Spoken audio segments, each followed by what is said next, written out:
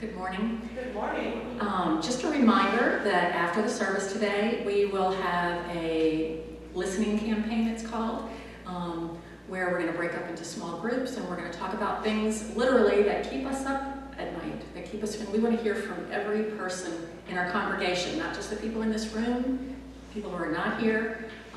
We want to know what's going on in the lives of everyone in the congregation. And we have lunch, we have some sandwiches and chips and goodies, so please stay after. And Sean.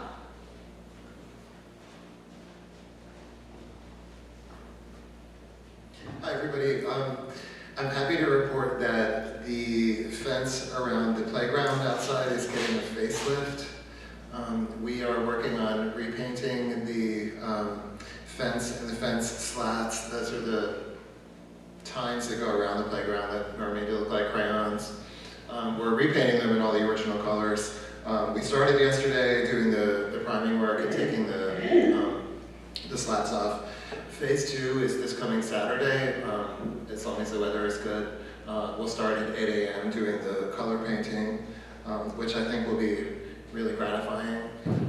So don't miss it if you would like to come and help. We'll probably be working until about noon at least. And if you have any questions, you can talk to me. Thanks. Thank you.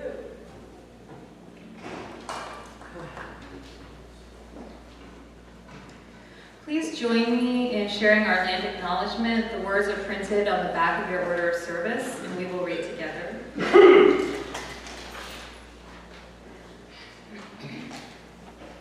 We acknowledge and pay tribute to the original inhabitants of this land.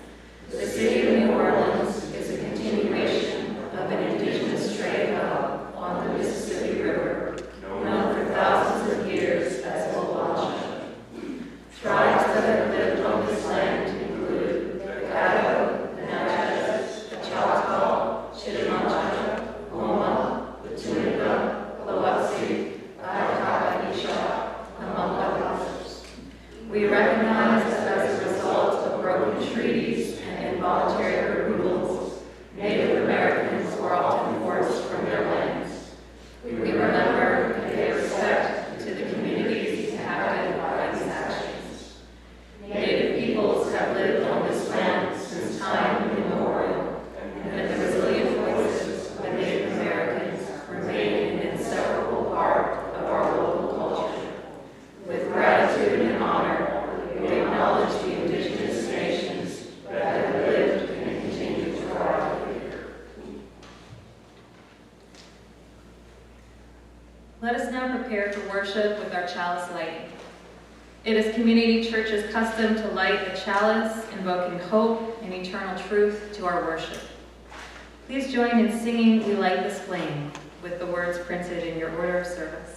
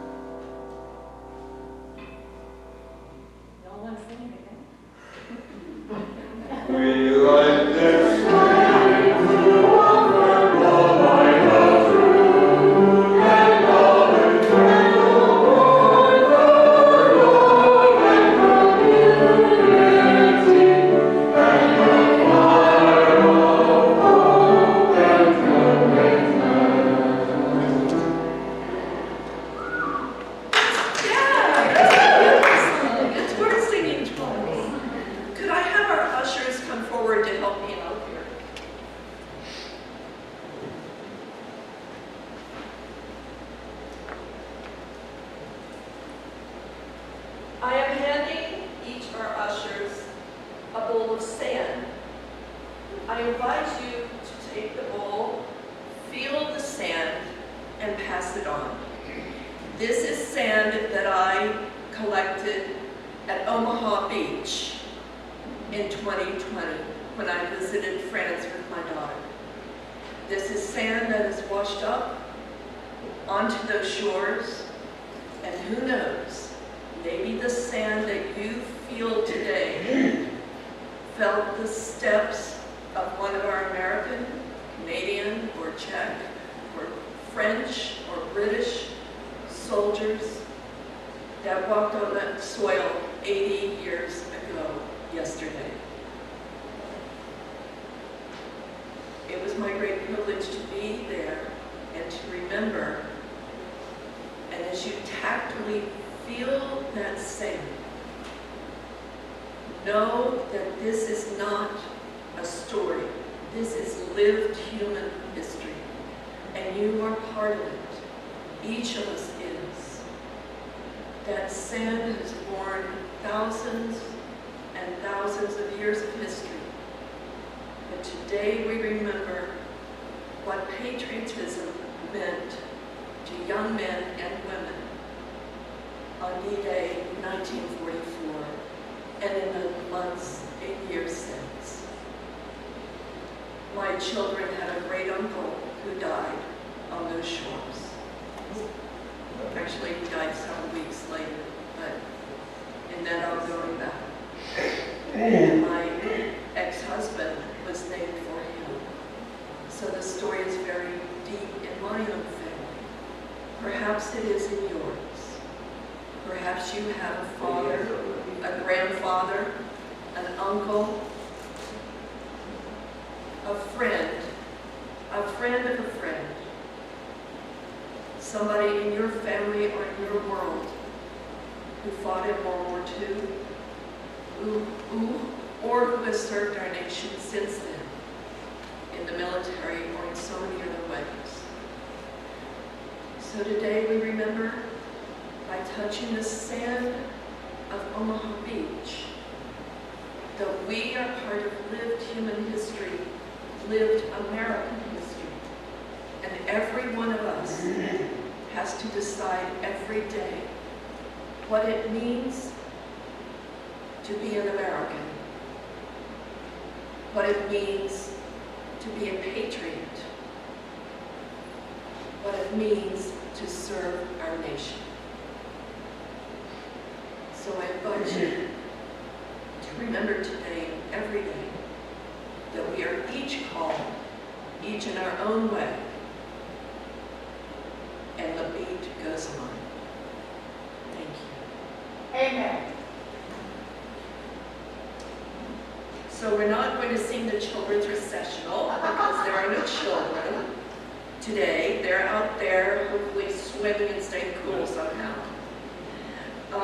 The first reading is a story that comes to us from John Lewis, a great leader in this nation who died in July 2020. Many people were sad to lose him and thankful for all he has done to bring about justice in our nation.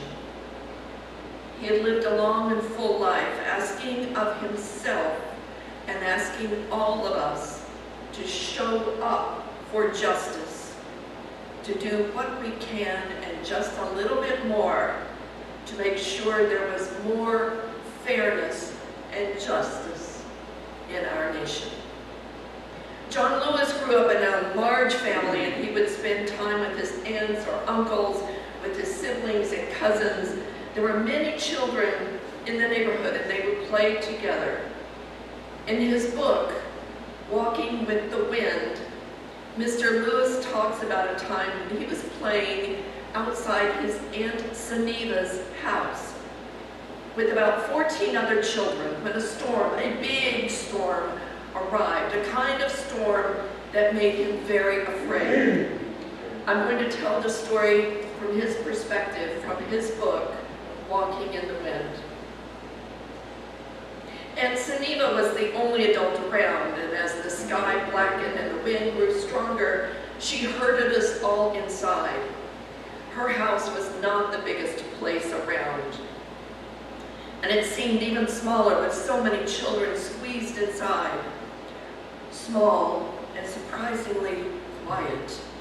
All the shouting and laughter that had been going on outside earlier had stopped. The wind was howling now, and the house was starting to shake. We were scared. Even Aunt Saniva was scared. And then it got worse. Now the house was beginning to sway. The wood plank flooring beneath us began to bend, and then a corner of the room started lifting up. I couldn't believe what I was seeing. None of us could. The storm was actually pulling the house toward the sky, with us inside it. That was when Aunt Saniva told us to clasp hands. Line up and hold hands, she said, and we did as we were told. Then she had us walk as a group toward the corner of the house that was rising. From the kitchen to the front of the house we walked. The wind screaming outside, sheets of rain beating on the tin roof. Then we walked back in the other direction as another end of the house began to lift. And so it went back and forth. 15 children walking with the wind, holding that trembling house down with the weight of our small bodies. When John Lewis was much older and writing down the story of his whole astounding life, he concluded this story with these words. More than half a century has passed since that day, and it has struck me more than once over those many years. Here's the metaphor, you knew it was coming.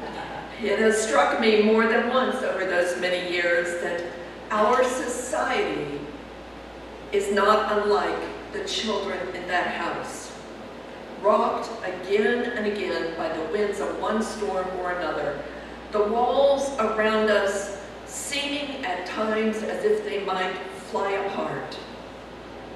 It seemed that way in the 1960s at the height of the Civil Rights Movement, when America itself felt as it might burst at the seams. So much tension, so many storms. But the people of conscience never left the house. Repeat that line. The people of conscience never left the house. They never ran away. They stayed. They came together and they did the best they could, clasping hands and moving toward the corner of the house that was the weakest. And then another corner would lift and we would go there. And eventually, inevitably, the storm would settle and the house would still stand. But we knew another storm would come and we would have to do it all over again. And we did. And we still do. All of us, you and I, children holding hands, walking with the wind. Thus ends the first reading. Well, let us sing hymn number 168, One More Step. Please stand in body or spirit as you are able. One more step.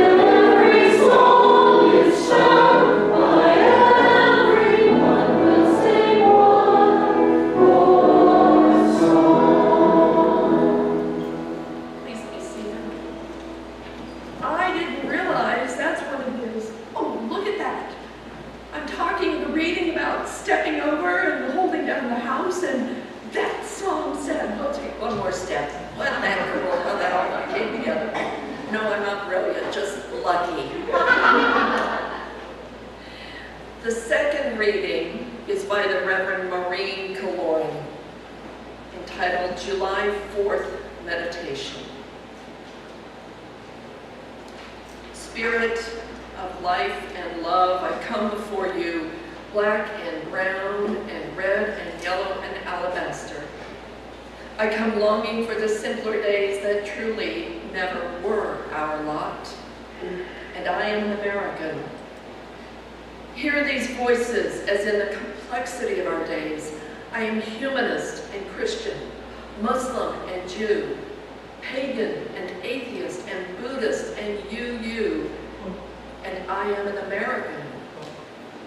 I am one who fought for my country, and I am at the same time one who protested war, and I am an American. Amongst the divisions of our days, I've struggled in poverty, and I've accepted the profits of wealth, and I am an American. I am an owner of weapons, and I am one who would control our nation's guns by limiting the who's and what's and how's, and I am an American. As light is shown on our divisions, I live with often unacknowledged privilege, and I am moved to rage at the complexity of intersecting oppressions, and I am an American. In the challenge of our days, I am one who supports my country, right or wrong, and I am one who claims the traditions of dissent, and I am an American. In this polarized season, I am Democrat and I am Republican. I am libertarian and I am independent. I am green and I am confused. And I am an American.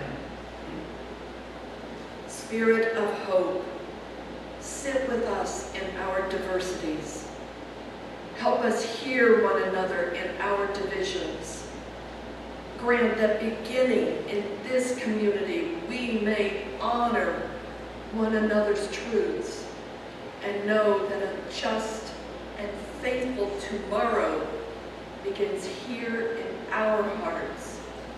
For with all our problems, with all our pain, with all our limitations and mistakes, we are Americans. Thus ends the reading.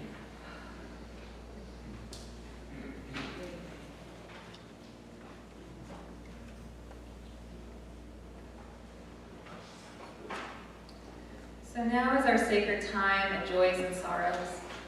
If you have a need to share with this community, whether it be expressing something that weighs heavy on your heart these days, or letting us know what reason there is to celebrate, you can write your joy or concern on these cards that are coming around, or if you are online, you can write it in the chat box to be read out loud during our musical interlude. Our musical interlude is This Land Is Your Land. It is printed in your insert. And usually we sit for this, but if you want to stand for this one, I think it's an easier song to sing when you're standing, so it's up to you.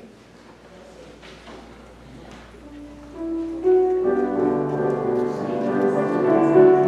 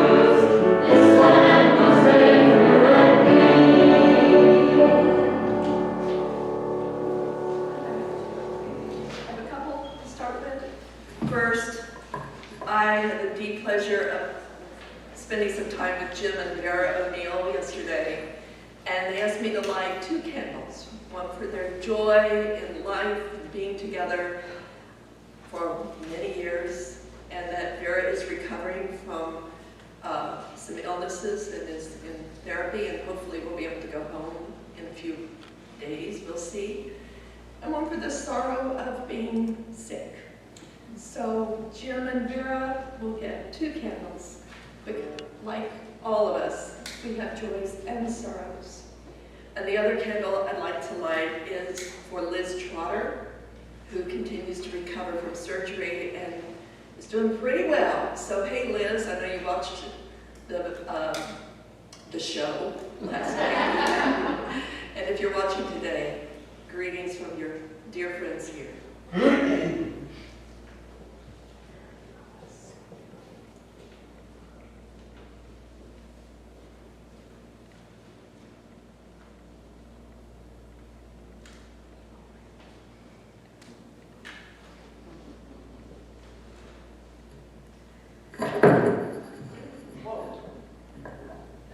That's new, right? I don't know. So from Kathy, sad news for those of you who remember Laura Hall, who was a member. She passed away this week from cancer, which she struggled with for a year.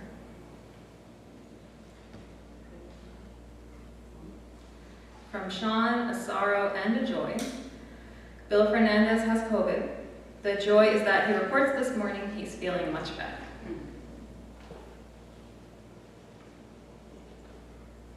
From Carol, this is a joy. I had a wonderful visit with Liz Trotter on Friday.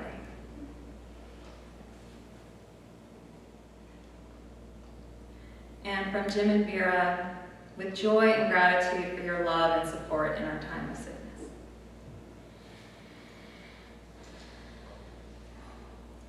And we will light 2 more candles, one for the joys left unsaid, perhaps still waiting to be shared,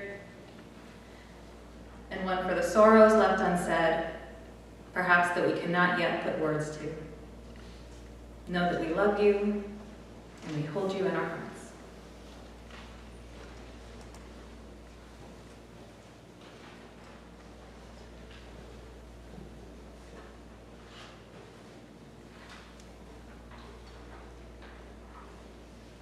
Well, what does patriotism mean to you? That word, patriotism, gets batted around a lot these days.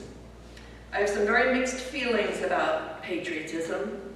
It really riles me when people whose philosophy and political ideas I really disagree with claim the word patriot for themselves and themselves alone. Can I still use this word? Is it mine? Is it ours at this time? What does patriotism mean for us today? What does love of country mean right now in our American history? And what has it ever meant to you? Love of freedom, freedom of speech and movement, human rights and civil rights. What else? What does it mean to be engaged and actively engaged if you pay taxes, serve on jury duty, attend city council meetings, serve in the military, and more? What does it mean to be engaged in the magnificent and fragile experiment of democratic government that this country is struggling to continue? What does patriotic mean when, as the media keeps telling us, many Americans vigorously believe that the last presidential election was a sham, and those domestic terrorists who invaded the U.S. Capitol building on January 6th were acting righteously? What does love of country mean when so many of our citizens are disenfranchised, targeted for their skin color, denied economic and political opportunities that others among us take for granted? Let me tell you a story. It's about what happened in my 5th grade speech class many years ago. In my elementary school, each class group went to speech class for 2 weeks each month. We went to music class the other 2 weeks. There, in speech class, we learned how to speak in front of a group. We learned about how to run a meeting using Robert's Rules of Order. Pretty cool stuff to teach 5th graders, I think. And at the beginning of every class session, we stood and said the Pledge of Allegiance to the flag. This was the 60s. Now, I had no problem saying the Pledge of Allegiance, neither did most of the kids in my class. However, there was one boy, Dan, and his family attended a church that taught that saying the Pledge of Allegiance was swearing loyalty, and you can only swear loyalty to God. So when the other 40 baby boomers, when the other 40 kids in my class stood and faced the flag, Dan sat at his desk, probably feeling very lonely and left out. I didn't like seeing this. It didn't seem right that the rest of us were doing something that so pointedly excluded Dan. And I clearly wasn't alone. After a few weeks, our speech teacher, cool lady that turned out she was, our speech teacher said that we could vote as a class whether or not we wanted to keep saying the Pledge of Allegiance every day. I think that she was trying to show us the power of our vote. What our class did with the power of our vote was to vote overwhelmingly to not keep saying the pledge. I discovered that I wasn't alone. As a 5th grade community, we wanted everyone to be equal in whatever we did. You know, a lot of grown-ups in those days probably thought saying the Pledge of Allegiance was a very patriotic thing to do. On the other hand, I think that our vote, our decision to act in a way that no one was excluded, I think that was far more patriotic. That bunch of 5th graders was living those American ideals that our teachers were trying to teach us. We knew that those ideals were more than words. They meant action. The Reverend Victoria Safford reflected on her own childhood school experiences when she wrote, "I know that among all the things I learned about our country in the flag-draped public schools of New York State, one for sure, taught by McCarthy Democrats and Goldwater Republicans alike, was that to speak is patriotic. To speak out is patriotic. To act out, even, can be patriotic. To resist and to dissent and to sometimes disobey is patriotic. To hold this government accountable is patriotic. I learned," she wrote, "I learned early on, watching leaders, prophets, preachers fail, that the cost of true patriotism can be very, very high." Safford is right, you know. The cost of true patriotism can be very, very high. Robert Goldberg, a retired rabbi, writes, "I'm a patriot." I just imagine the retired rabbis I know of that era. The voice is certainly below a tenor, almost a bass. "I'm a patriot, and proud of it, with 3 files to prove it. The first of these was printed on the stationery of the House Un-American Activities Committee in the early 1950s and distributed in the parking lot of my temple and all across the state by the so-called Connecticut Committee Against Communism. I obtained the other 2 files years later thanks to the Freedom of Information Act. Rabbi Goldberg continues, sources of inspiration that compelled my patriotic conscience were, among others, the Judaic heritage of social justice based on the Hebrew prophets, the example of other clergymen like Martin Luther King and William Sloane Coffin, and not least of all, the American Bill of Rights.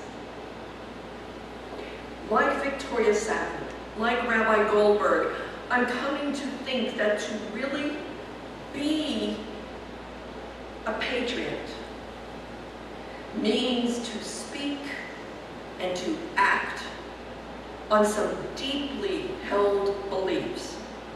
Beliefs about freedom, equality, justice. Big words, but words that really only begin to mean something if we live them, make them real in our lives. Patriotism, wrote one artist. It was actually Erica Jong who wrote this. You remember Erica Jong, some of you ladies, yes?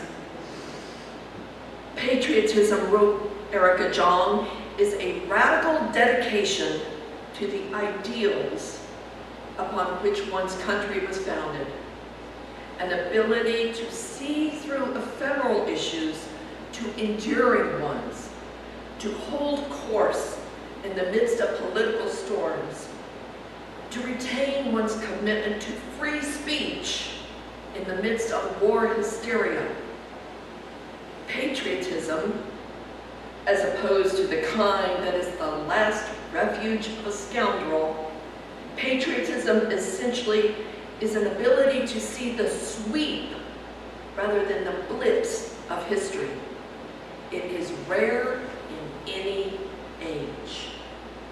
Rare in any age. It is hard to see that sweep of history in America right now through the forest of flags hysterically waving.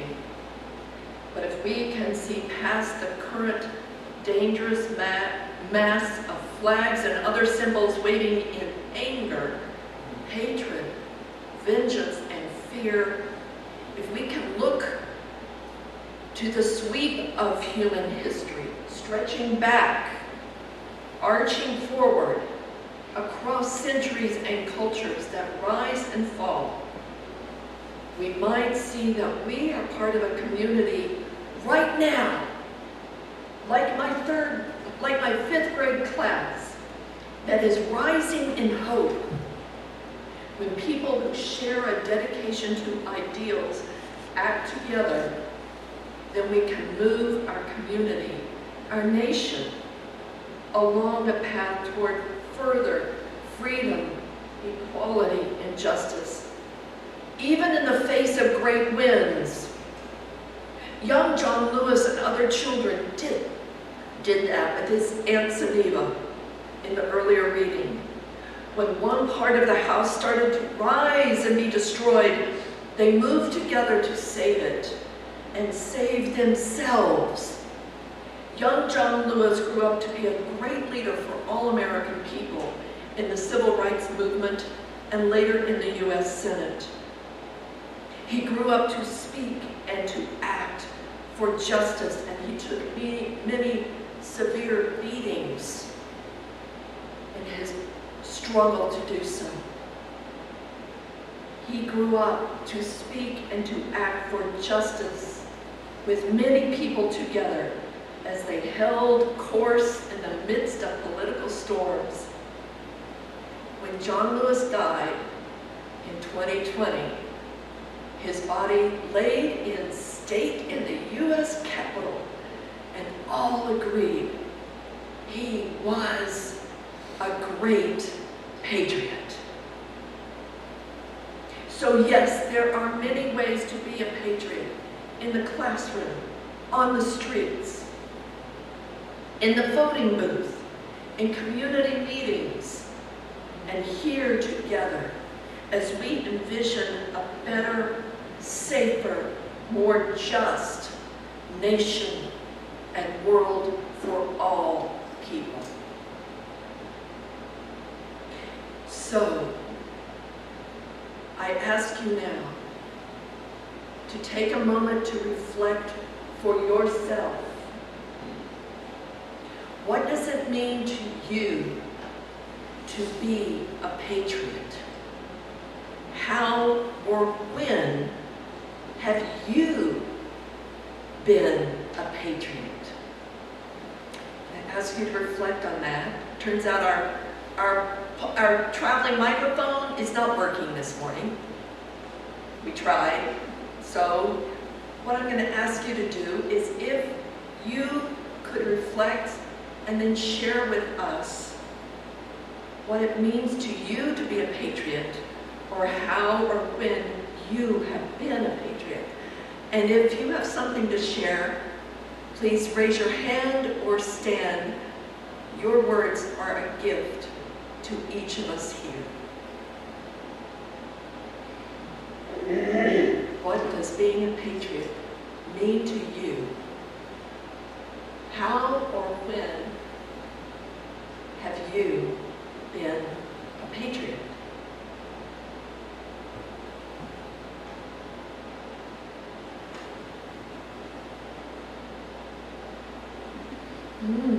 Yes, Kathy. I always vote. And I conduct meetings in a Democratic way. I'm repeating back for the audiovisual. Kathy says she always votes, and she tries to conduct meetings in a democratic way. Yes. Who else? Yes. I'm a visitor today. Okay. Back in the 1980s, I was a member of the United States Army Reserve Officer Training Corps, as you know, and part of being the color guard, I was also the tallest person there, and so I was required to carry the U.S. flag in various Mardi Gras parades. You may have seen me, who knows? And the whole thing, walking briskly and so forth. And so that was one form is the formal, official way of doing it. But beyond merely that, it's part of it is expressing my conscience years later when I've actually stood on street corners, holding signs demonstrating for peace, trying to direct our focus when it was not a popular concept, when it was not a popular ideal, to consider the option of going for peace instead of perceived vengeance. And that, to me, was an element of representing patriotism, my expression for the wish of peace, for the way to move forward for our nation. Thank you. A visitor very eloquently spoke of both being in a military color guard and carrying the flag through the streets and parades, and what that felt like it meant, and that later holding signs demonstrating for peace when it was not a popular thing to do.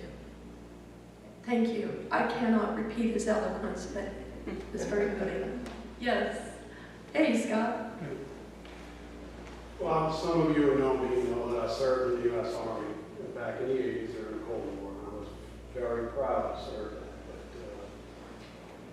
But back then, it was an ideal that I believed very strongly in, because I believed this country stood up for what was right. We didn't engage in conflict in order to rape resources from other countries for the benefit of Wall Street and their investors. We protected smaller nations that were getting kicked around, and that was something I felt proud to be a part of, but I think we've lost sight of that mission.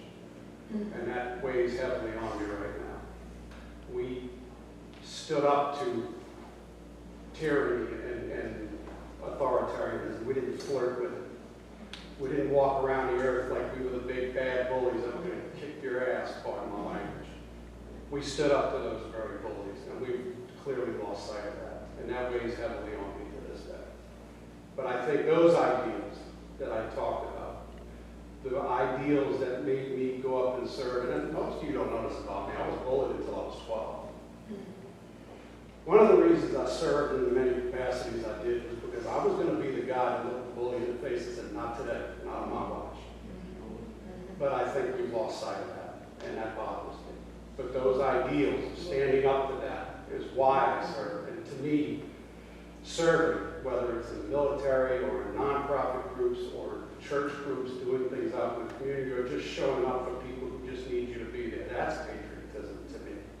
Being there for your neighbors. Anyway, I didn't quite know how to say what I said. But Beautiful. Thank you so much. I can't repeat what Scott said about serving in the military in the 80s when it was a time of truly standing up to international bullies, but he has seen other ways that the military is used in our nation that troubles him deeply now. He had a beautiful statement, and I hope you all were able to hear it. Anyone else? Yes. First of all this voting, as Kathy did. Secondly, serving as a clinic escort. Yeah. Me too. Yeah. Yeah, we made it on the line together.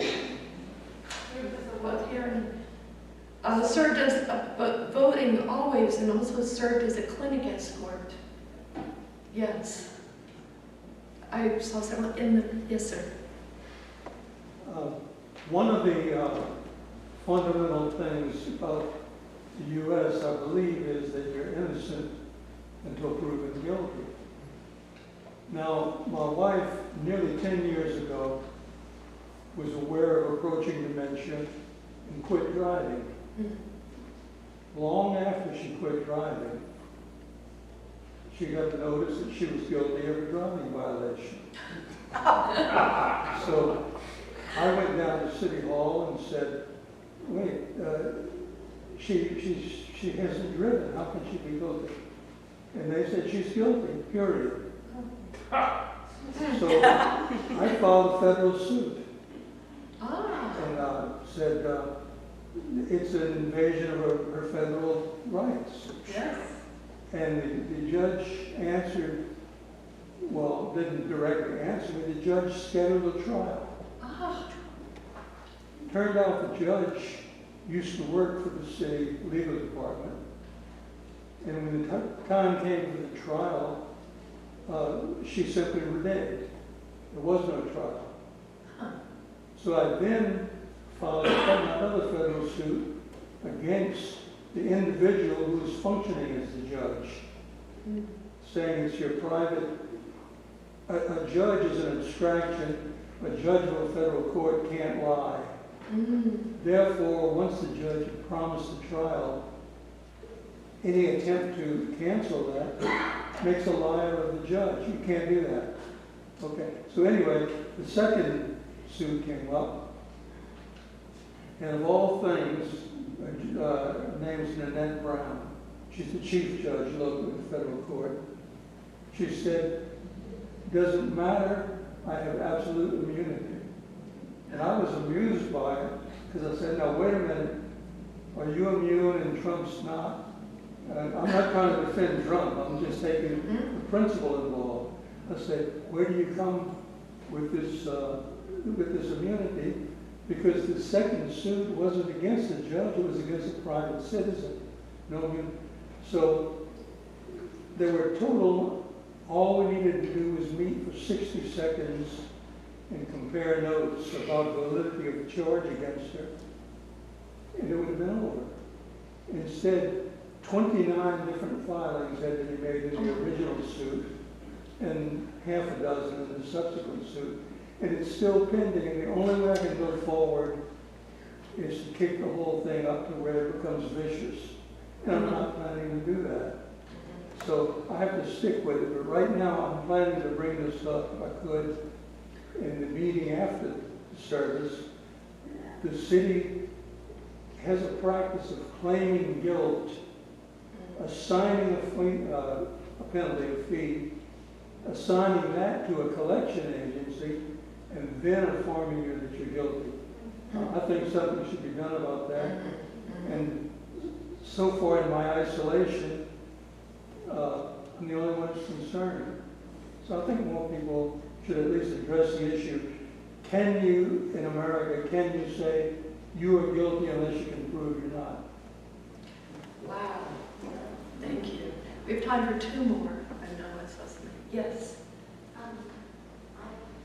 sometimes use a vote, but I try to vote every time. But I also try to encourage other people to vote. We have postcards that we do here, but I've also done like campaigns and other postcard campaigns. And a couple of years back, they had the Voting Rights Act that they were doing. I did some work with that.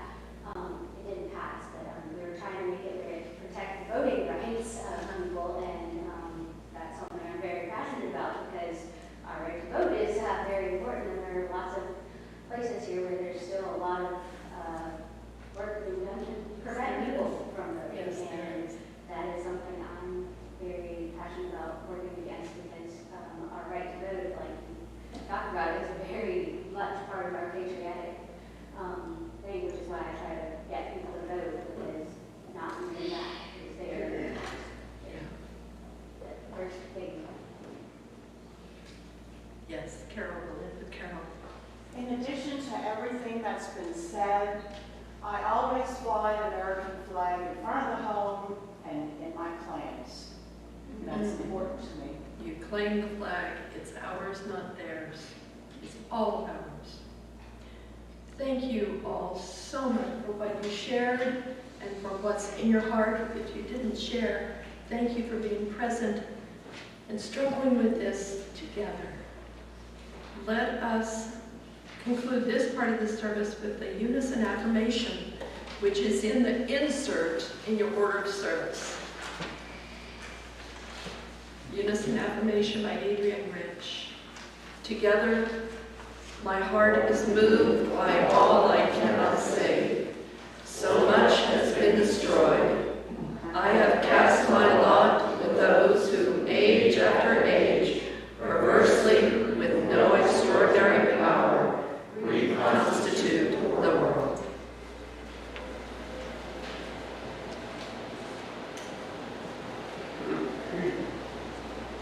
Community Church Unitarian Universalist is a self-sustaining congregation. Members and friends' generosity help us do the sacred work of bringing justice, spirituality, and compassion to our community and beyond. And Emma's going to tell you a little bit about our offering for today. So today is the second Sunday, and we typically do choose a cause chosen by the Social Justice Committee. This Sunday, our offering will stay within our church. So we are a community lighthouse, which some of you may know. If you don't know, we have solar panels on our roof, and we have battery backups so that in the event of a power outage, a long-term power outage after a hurricane or something similar, we can open up the church as a place where members of the community can come, charge their phones, be in the air conditioning, get a drink of water, just take a rest. And in order to be able to make this a welcoming place in the event of a power outage, we want to have supplies. So we are ordering some vests and some things, and we'd also like to be able to have a good supply of water bottles and snacks. So the offering today will go towards supplies for the community lighthouse. And since it's the beginning of hurricane season, now's really the time that we want to be stocked up and prepared. On a related note, if anyone thinks that they would be willing to volunteer during a power outage, please come talk to myself or Michelle. We are looking to have a list of potential volunteers in the case of the lighthouse is activated.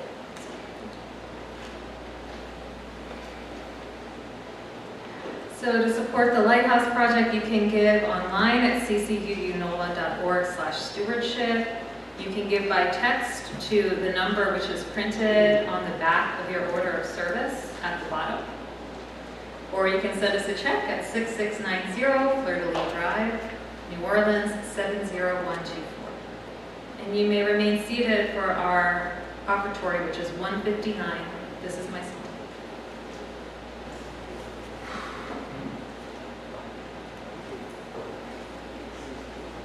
Thank you.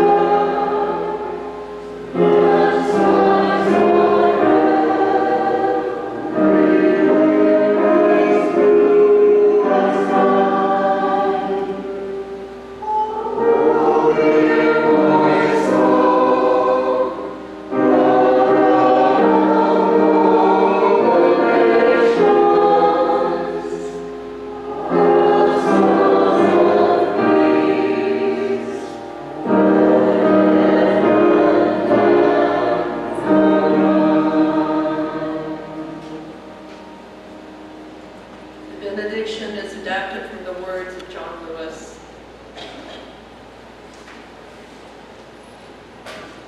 Our society is not unlike children, in that our house is rocked again and again by the winds of one storm after another.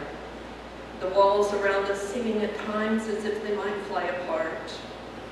But we do not run away. We stay together, we come together, we do the best we can, clasping hands, moving toward the corner of the house that is the weakest. If another corner lifts, we will go there. Eventually the storm will settle. The house will still stand. But when a storm comes, we do it over and over together. All of us, you and I, children holding hands, walking with the wind. Shalom, salam, go in peace, go making peace this day and in all the days to come. Amen. The posted song is number 162. Oh, I skipped that chalice every time. What is it? I wanted to stay together. Let us read the words for extinguishing the chalice together. We extinguish the chalice here, that it might glow gently in our hearts. May it light your path as you leave this place. May it guide your way until we are together again. Gotta lay down my sword and shield, number 160.